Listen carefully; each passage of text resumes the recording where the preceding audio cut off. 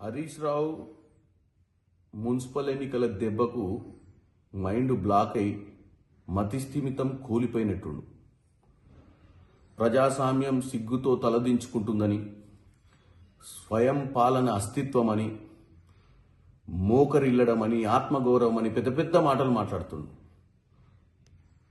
మీ 10 ఏళ్ల హయాంలో నువ్వు మాట్లాడే మాటలకు మీరు అర్థం లేకుండానే చేశారు. ఈరోజు 23 నుంచి జరిగినటువంటి అన్ని ఎన్నికలలో 2 ఎన్నికలలోనైతే శూన్యం, గుండు సున్నా వచ్చింది మీకు.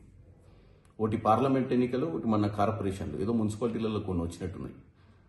రాష్ట్రంలో కాంగ్రెస్ ప్రభుత్వ ఆదరణను తట్టుకోలేక మీరు మాట్లాడుతున్న చిల్లర బల్లర మాటలను ప్రజలు పట్టించుకోవట్లేరని చెప్పి ఈరోజు మళ్ళీ ప్రజలను పొద్దున్నే నిన్న సాయంత్రం తప్పుదో పట్టినికి ఒక లేఖ రిలీజ్ చేసినాం. ఎవరికి? మా అధిష్టానానికి. అధిష్టానము ఢిల్లీలో క్యాబినెట్ మీటింగ్ పెడతలేదు. క్యాబినెట్ మీటింగ్ 23వ తారీఖు నాడు సెక్రటేరియట్లో జరుగుద్ది. మీ మాదిరిగా క్యాబినెటే లేకుండా, ప్రజాపాలన లేకుండా, ప్రగతి లేని ప్రగతి భవన్ నుంచి పాలన లేకుండా ఫామ్ హౌస్ పాలన కాదు ఇది. ఈరోజు ఢిల్లీకి కాంగ్రెస్ పెద్దలను, తెలంగాణలో ఉన్నటువంటి కాంగ్రెస్ పెద్దలను, పిసిసి అధ్యక్షులు అందరూ కూడా పోయిరు. అధిష్టానం ఎందుకు పిలుస్తుంది? వాస్తవాలు ఏం జరుగుతున్నాయి ఇచ్చినటువంటి మీరు చెప్పాల్సిన అవసరం లేదు. మా బాధ్యత. మమ్మల్ని ఈరోజు ప్రజలు 23లో అధికారం తెచ్చిర్రు. నిన్న జరిగిన మున్సిపల్ ఎన్నికలలో కూడా మమ్మల్ని ఆదరించి 92 సీట్లు ఇచ్చిర్రు. కాబట్టి ఇక ప్రజలకు నీ సొల్లు కబుర్లు చెప్పాల్సిన అవసరం లేదు. మాకు గురుతర బాధ్యత ఉంది. ప్రజలకు ఈరోజు సేవ చేయాల్సిన పరిస్థితి. ఎందుకంటే వాళ్ళు మమ్మల్ని ఆదరించే విధానం బట్టి మాకు ఇంకా బాధ్యత పెరుగుతుంది.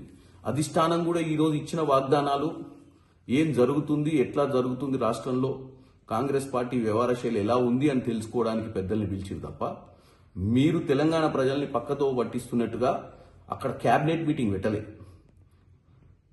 మీరు ఒకటి గుర్తుపెట్టుకోవాలి, మీ అందరికంటే మనందరికంటే తెలంగాణ అస్తిత్వం, తెలంగాణ ఆత్మగౌరవం, తెలంగాణను బంగారు తెలంగాణ దిశగా తీసుకోవాల్సిన బాధ్యత కాంగ్రెస్ అధిష్టానానికి ఉంది. ఎందుకంటే ఆ రోజు కాంగ్రెస్ అధిష్టానం వల్లనే కాంగ్రెస్ యూపీఏ ప్రభుత్వంలో సోనియా గాంధీ గారు ఇచ్చిన మాట ప్రకారమే తెలంగాణ బిడ్డల కోసం బంగారు తెలంగాణ దిశగా తెలంగాణ ఇస్తే 10 సంవత్సరాలు మీరు దాచుకొని ఇంటికో ఉద్యోగం ఇస్తా, దళిత ముఖ్యమంత్రిని చేస్తా, ఇవన్నీ చెప్పి ఎవరు బాగుపడ్డారా? నీ కుటుంబమే బాగుపడ్డది. ఈరోజు వచ్చి ఈ బోడి మాటలు, సంబంధం లేని మాటలు మాట్లాడుకుంటూ తెలంగాణ ప్రజల్ని తప్పుతో పట్టేయాలని చూస్తున్నావు హరీష్ రావు.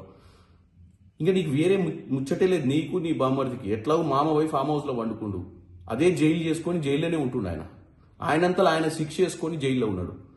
మీరే పోయి జైల్లో కలిసినట్టు కలిసి వస్తున్నారు ఆయన తప్ప ఆయన ప్రజల మధ్యన వస్తలేడు, ప్రజా సమస్యల మీద పోరాడతలేడు, అసెంబ్లీకి కూడా వస్తలేడు.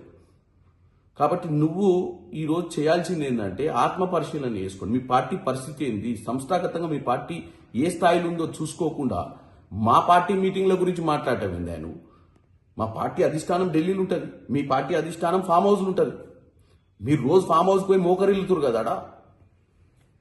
అభివృద్ధికి సంబంధం లేకుండా, ఆలోచనకు సంబంధం లేకుండా, ప్రజలకు సంబంధం లేకుండా, ప్రజలు ఇచ్చిన తీర్పుకు గౌరవం లేకుండా, ప్రజలే పశ్చాత్తాపడుతున్నారు అని చెప్పి పిచ్చి మాటలు మాట్లాడుకుంటా ఫామ్ హౌస్ పాలన చేసి, ఫామ్ హౌస్ పాలన గతంలో చేసిరు. ఈరోజు ఆపోజిషన్ కూడా ఫామ్ హౌస్లోనే పండుకుంటారు. కాబట్టి తెలంగాణ ప్రజలకు ఎవరు మంచి చేయాలనుకుంటున్నారు, ఏ పార్టీ ఈరోజు ప్రజల గురించి ఆలోచిస్తుంది, ఎందుకు ఢిల్లీకి పోవాల్సి వచ్చింది, ఏ సమస్యల మీద చర్చ చేస్తారో ఈరోజు మధ్యాహ్నం తెలుస్తుంది కదా. నీ ఆవేశం ఏంది? మీ హయాంలో మీరు నరేంద్ర మోడీ గారు ప్రధానమంత్రిగా ఉంటే కూడా ప్రధానమంత్రి దగ్గరికి పోయి రాష్ట్రానికి రావాల్సిన నిధులు తెచ్చుకునే అంత ఓపిక లేదు. ఎందుకంటే నియంత పాలన, ఫామ్ హౌస్ దాటిపోవద్దు, మనం ఆడనే బతకాలి, ప్రజలు అట్లనే బతకాలి, ఎవరికి ఏం చెప్పొద్దు, మనం నిజాం ప్రభు లెక్క పరిపాలించి మ్యాచింగ్ గ్రాంట్స్ ఇయ్యక లక్షల కోట్లు తెలంగాణకు రావాల్సిన నిధులు తెచ్చుకొని దరిద్రులు మీరు. ఈరోజు మా ముఖ్యమంత్రి ఢిల్లీకి ఈరోజు అధిష్టానం పిలిస్తే పోయిండు. ఎందుకంటే భవిష్యత్తులో తెలంగాణ ఇచ్చినటువంటి ప్రామిస్, తెలంగాణలో 2023 ఇచ్చినటువంటి ప్రామిసెస్ అన్ని, అంటే వాగ్దానాలన్నీ నెరవేర్చే విధంగా చర్చలు చేసుకుంటారు అక్కడ. 2, నిన్న ప్రధానమంత్రిని కలిసిండు, నిన్న ముంబైలో క్లైమేట్ వీక్ అటెండ్ అయ్యిండు.